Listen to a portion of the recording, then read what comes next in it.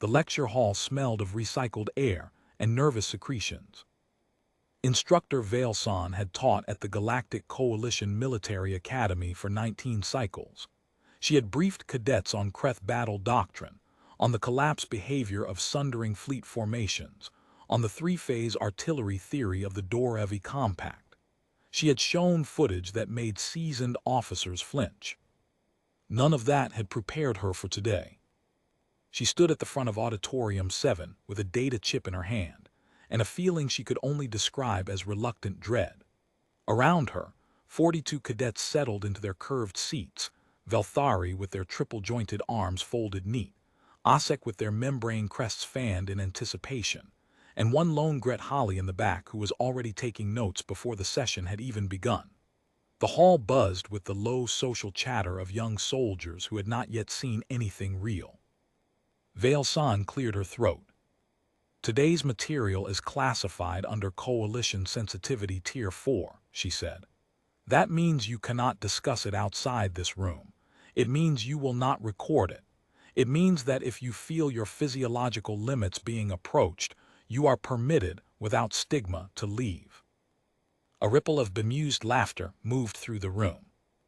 She did not laugh with them. The footage you are about to see spans 41 years of a species you know only from the briefing appendix. Designation, human. Class, Apex Deathworld Predator Tier 7. Home system, Sol. Status, Provisional Coalition Ally Year 6. She paused to let that land. A few cadets shifted. The Gret Holly in the back, Cadet Esrethon, she knew from the roster, stopped writing and looked up. I am showing you this, Vailson continued, because next rotation, a full battalion of human soldiers will be embedded with your field units. You need to understand what you are standing next to. She pressed the chip home. The first segment was from a human conflict they called a world war. The second one, she specified, because there had been more than one. The footage was old, grainy, converted from a primitive two-dimensional format. Cadets leaned forward to see. Cadet Dho Sarin of the Velthari was seated in the third row. He had top marks in tactical theory, a cool analytical mind, and a quiet confidence that had made him popular among his peers. He watched the first 20 seconds of the World War segment, artillery barrages, soldiers pressing forward through smoke and mud, the noise of it even through old recordings loud enough to carry, and felt something loosen in his chest that he did not have a name for. The humans were not in armor. They were in cloth. Instructor, he said, because he could not help it, what is their shielding rated at? They don't have shields in this period, Vailson said. Environmental protection, thermal. Cloth, some leather, steel helmets. Dho Sarin stared at the screen. The soldiers in the footage were advancing across open ground toward dug-in defensive positions that were actively firing. Several were hit. They fell. The ones behind them did not stop. Their casualty rate must be extreme, said Vailson. By the end of the Second World War, that single conflict had produced an estimated 70 to 85 million deaths. Most were human. The hall went very quiet. She advanced the footage. The second segment showed a later conflict. Better weapons now. The humans moved in vehicles, still no energy shielding, still no environmental barrier of any meaningful kind but fast, and the vehicles themselves carried enormous firepower relative to their size. The footage had sound. The sound was the problem. Vailson had warned them. She had said physiological limits. She had said it plainly. 4 cadets stood and walked out during the second segment. 2 Osek, 1 Velthari, 1 species she did not immediately place from the back row. They moved without looking at each other, heads down, crests flat. They would receive no mark against them. She had meant what she said about stigma. Cadet Esrethon did not move. He was a Gret Holly, small, gray-skinned, known across the academy as a species of scholars and logisticians rather than warriors. He had been placed in the tactical division by unusual aptitude scoring, a matter that some of his classmates had noted with polite skepticism. He sat in the back row with his stylus in his hand and his notes open, and he watched the screen with enormous black eyes that did not blink at the regulation intervals. He was calculating. She could see it in him from across the room, the way his head tilted fractionally, the way the stylus moved in small bursts between segments. He was not watching in horror. He was watching the way a student watches a master. The third segment was the one that always cleared the room the most. Veil-san called it the modern composite reel. It was assembled by a coalition intelligence team, and it pulled from human conflicts spanning 6 decades. The organized wars, yes, but also the asymmetric campaigns, the irregular conflicts, the small unit actions that never made the large historical records but that told you, more than anything else, what individual humans were capable of when trained, cornered, or simply angry. There were humans in this footage who had continued fighting after sustaining wounds that would have triggered mandatory battlefield withdrawal protocols in any coalition species. There was one sequence, 32 seconds long, that Veil-san always watched herself even though she had seen it 40 times.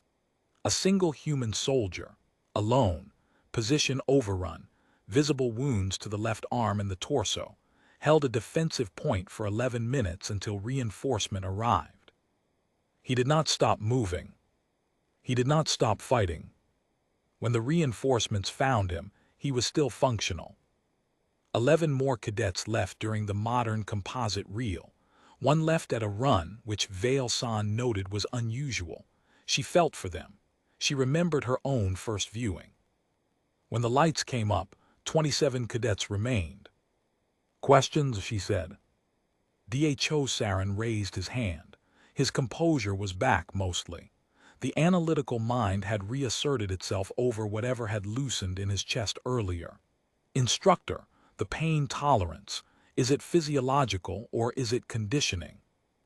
"Both," she said. "Their pain reception architecture is comparable to ours in raw terms, perhaps slightly higher threshold at baseline, but they also train into it deliberately. They call it asterisk pushing through asterisk. It is a cultural value so deeply embedded that it functions almost as a survival reflex." Dho Sarin was quiet for a moment. "They are not numb to it." "No. They feel it and continue anyway." "Yes." He wrote something down. His expression was not horror anymore. It was something more complicated. From the back of the room, Esrethan raised his stylus. Veil-san nodded at him. "I have been calculating," the Gret-Holly cadet said, which surprised no one. The segment from the latter half of the reel, the irregular conflicts, small unit engagements, 4 to 12 humans against forces that had numerical advantages ranging from 3-1 to 20-1. Coalition doctrine would rate those engagements as unwinnable past approximately 6-1 odds. He looked at his notes. Humans won 11 of 14 of those engagements. "Yes," Veil-san said. "The 3 losses were those attributable to numerical pressure or to equipment differential. Equipment in 2 cases, positional error in 1. Esrethan nodded slowly. "So numerical pressure alone did not determine the outcome, correct?" He wrote again. His crest had not moved. His hands were steady. Dho Sarin turned in his seat and looked at him. "You are not disturbed," he said, not accusing, simply nodding. Esrethan looked up. "I am disturbed," he said, "considerably, but I have found that the most useful response to being disturbed by a fact is to understand it." Veil-san felt something expand in her chest. There it is, she thought. That is the one who survives field command. "One more question," she said, opening the floor. No other hands went up for a long moment. Then Dho Sarin spoke again, not raising his hand this time, just speaking, the way cadets did when the formality had worn off and something real was sitting in the room with them. "The humans who will be embedded with us next rotation," he said. "They have seen their own footage. Many of them have lived it," Veil-san said. "And they volunteer. They compete for the assignment." He was quiet. Outside in the corridor, the distant sound of cadets moving between sessions passed and faded. "I want to be assigned to the same unit as them," Dho Sarin said finally. Vale San raised an eyebrow. "Not because they frighten me less," he clarified. "They frighten me considerably more than anything else I have studied at this academy." He paused. But the footage, in all of it, every engagement, every scenario, they were always facing the same direction, forward, no matter what was in front of them. He looked at the now dark screen. "I want to see what that looks like from the same line." From the back row, Esrethan was still writing. But he was nodding. Vale San said nothing. She removed the data chip from the console and held it in her hand for a moment. 42 cadets had come in this morning. 27 remained. Half of those who left would never take another live fire posting. Some would request reassignment to logistics or intelligence or administrative command. None of that was cowardice.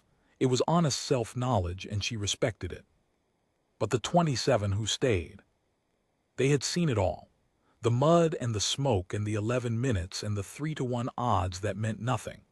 They had sat through it and asked questions and taken notes and looked at the dark screen with something that was not comfortable and was not simple but was, she thought, the beginning of something she recognized. "Readiness." "Dismissed," she said. Esrethan closed his notebook last.